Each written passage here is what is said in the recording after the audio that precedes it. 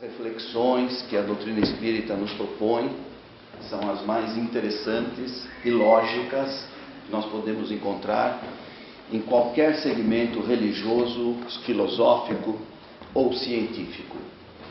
Então,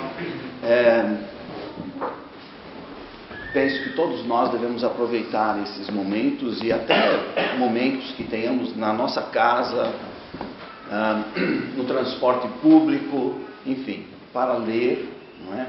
E tentar compreender de um ponto de vista mais amplo, do ponto de vista mais lógico, isso que a doutrina nos apresenta, nos oferece.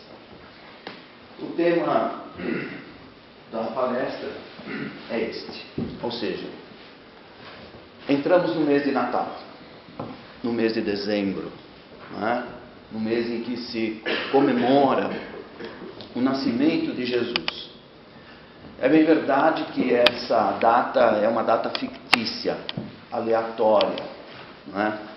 Não há nenhuma prova, ao contrário, não é? É quase certo que Jesus não nasceu no mês de dezembro. Há controvérsias, digamos, a propositura de mais 2 ou 3 datas, diferentes épocas, mas nada em concreto. Todavia, é justo, não é, comemorarmos essa data, é justo que nós tenhamos esse momento de reflexão acerca do Cristo, acerca do Mestre, acerca daquilo que Ele nos ensinou principalmente, não é? Não é uma comemoração, infelizmente, como ainda fazemos, como o mundo faz, não é? Com todo um aparato comercial em volta. Não é este talvez o melhor ângulo da questão, não é? O melhor ângulo é o ângulo do aprendizado que nós podemos ter com aquilo que Jesus deixou, com aquilo que Ele ensinou. Algumas religiões cristãs, evidentemente, porque elas se baseiam de alguma sorte na vida ou nos ensinamentos de Jesus, têm como princípio de fé a volta do Cristo, uma segunda vinda de Jesus. Acredito que alguns de vocês já devam ter ouvido isso, não é? Quem acha que Jesus voltará algum dia, em algum tempo, à Terra, como Ele aqui esteve há 2000 anos? Quem acha? Levante a mão. Não sei. Estou me baseando na frase ali, a volta do Cristo. Que seja nascendo, né? Nascendo seria, que é inclusive a proposta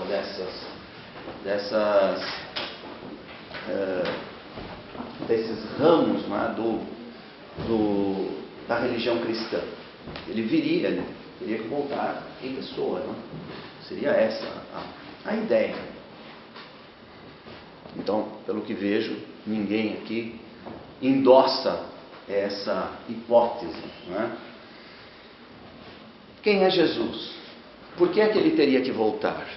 O que é que Ele viria fazer numa segunda vez?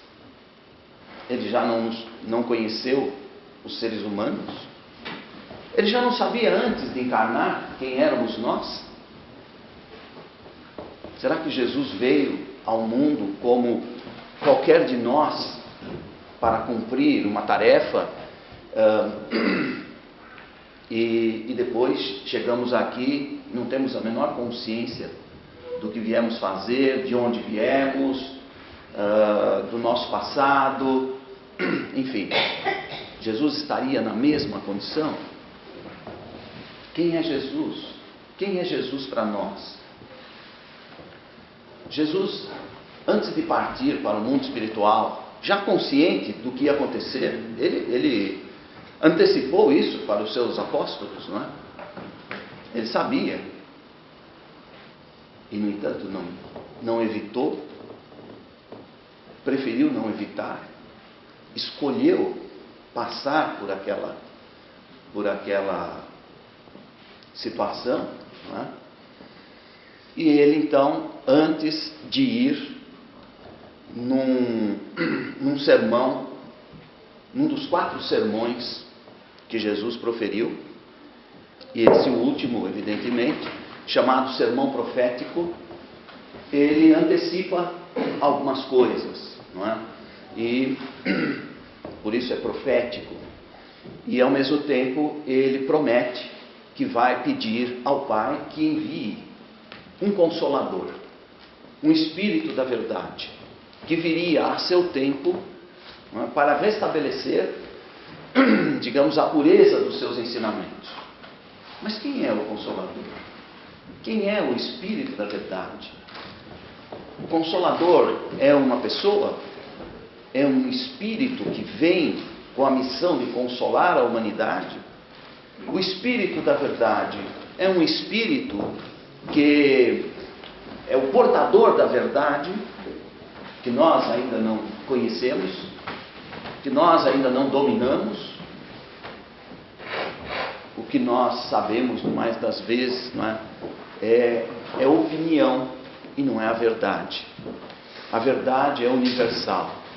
A opinião é algo particular, individual. Cada um tem a sua, não é? A verdade é universal. Portanto, o Espírito da verdade viria trazer uma mensagem universal. Não para um povo, não para uma época, mas para a humanidade em geral, para as humanidades espalhadas por todo o universo. Ou seja, esta mensagem seria válida para todos os espíritos, encarnados ou não, em todas as épocas. Porque ela é a mensagem que é trazida do próprio Pai. E Jesus enfatizou isso muitas vezes, não é? No livro A Caminho da Luz, isso já foi citado aqui, no primeiro capítulo, o Emmanuel diz assim: rezam as tradições do mundo espiritual que na direção de todos os fenômenos do nosso sistema existe uma comunidade de espíritos puros e eleitos pelo Senhor Supremo do Universo, Deus, não é? Em cujas mãos se conservam as rédeas diretoras da vida de todas as coletividades planetárias. Espíritos do mais alto nível, da mais alta hierarquia, fazem parte dessa comunidade de espíritos, repito, puros e eleitos. Vejam bem, muitas vezes se questiona, não é? Já vi muito esse questionamento. Jesus não é um espírito puro, Jesus é um espírito superior. Essa comunidade de seres angélicos e perfeitos, da qual é Jesus um dos membros divinos, portanto, espírito puro e perfeito, já atingiu a perfeição. Ao que nos foi dado saber, apenas já se reuniu nas proximidades da Terra para a solução de problemas decisivos da organização e da direção do nosso planeta por 2 vezes no curso dos milênios. Então, uma vez por ocasião da criação do próprio orbe, do próprio planeta Terra, e eventualmente dos outros planetas do sistema solar também, que foram criados mais ou menos, numa mesma época, embora nesses planos, nessas alturas, o tempo não seja medido como aqui, entre nós. Mas enfim, e uma segunda vez, quando da vinda de Jesus à Terra. Então, para começar, ele é um espírito puro. Ele é reconhecido, há uma mensagem na Revista Espírita de Hahnemann, o criador da homeopatia, dizendo claramente, com todas as letras, que Jesus é o governador planetário. Então isso não é uma conclusão, uma dedução que se faz. Isso é uma revelação de pelo menos um espírito do mais alto respeito, que foi Hahnemann. Se Jesus é o governador planetário, se é um espírito puro e perfeito, ele veio à Terra já conhecendo a condição da humanidade terrestre. Porque ele está olhando a humanidade de cima, se é que podemos dizer assim, já que também em termos de espaço não existem essas direções, esses lugares, esses pontos definidos, em cima, embaixo, para a direita, para a esquerda. No espaço não existe isso. Não é? Então, se ele já conhecia e veio e se sujeitou a tudo aquilo, para deixar a mensagem que deixou e que está aí viva, não é? Há quase 2000 anos, vejo também muitas pessoas falarem, há mais de 2000 anos Jesus deixou essa mensagem. Não foi quando ele nasceu. Né? A mensagem veio quando ele já tinha 30 e tantos anos. Foi quando começou a missão dele. Portanto, lá por volta do ano 2030, aí a gente pode dizer, né? Há 2000 anos, Jesus deixou essa mensagem. Mas isso é só um detalhe, não importa. Né? Portanto, se ele já tem todo esse conhecimento, se ele já nos conhece, se ele dirige a humanidade planetária, dando a nós toda a liberdade de fazermos o que desejarmos, guardadas as devidas limitações, porque temos um livre-arbítrio que é relativo e não absoluto, claro, não é? É relativo.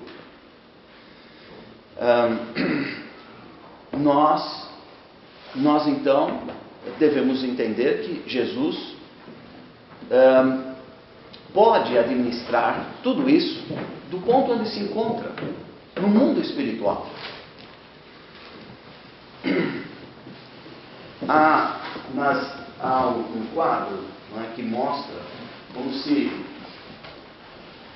como no caso aqui do Elias e o João Batista, quando Jesus disse, ele já veio, não é, e não o reconheceram.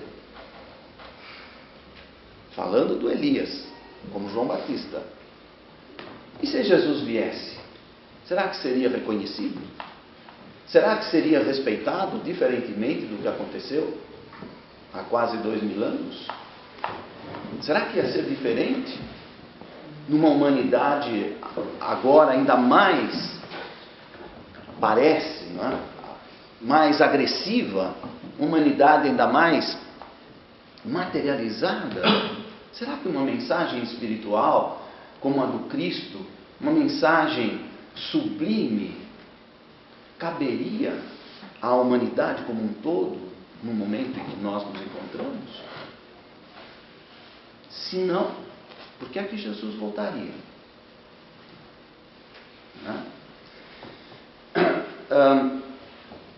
Aqui em Brasil, Coração do Mundo, Pátria do Evangelho, o Humberto de Campos faz algumas referências, né, à questão do advento do Espiritismo. E ele diz, em uma das tais assembleias, no mundo espiritual fazem-se reuniões, assembleias. O próprio Humberto de Campos relata uma belíssima em Cartas e Crônicas, num capítulo intitulado Kardec e Napoleão. Belíssima.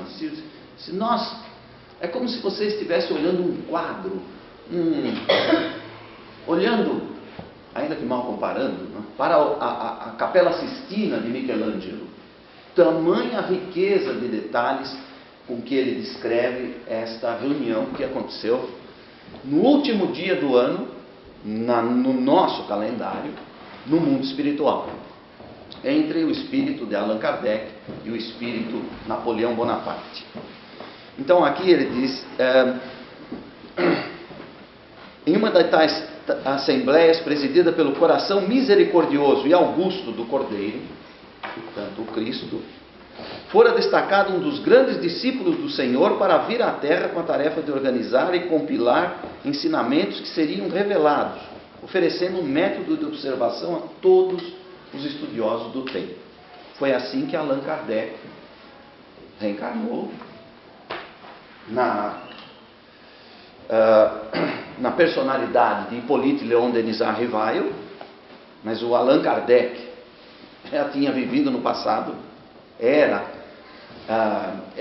o Allan Kardec que voltava, este sim, voltou em carne e osso, em pessoa, reencarna como Hippolyte Léon Denisard Rivail, e depois completa 50 anos de idade, reassume a identidade de Allan Kardec, digamos assim, né? E passa a codificar a doutrina espírita.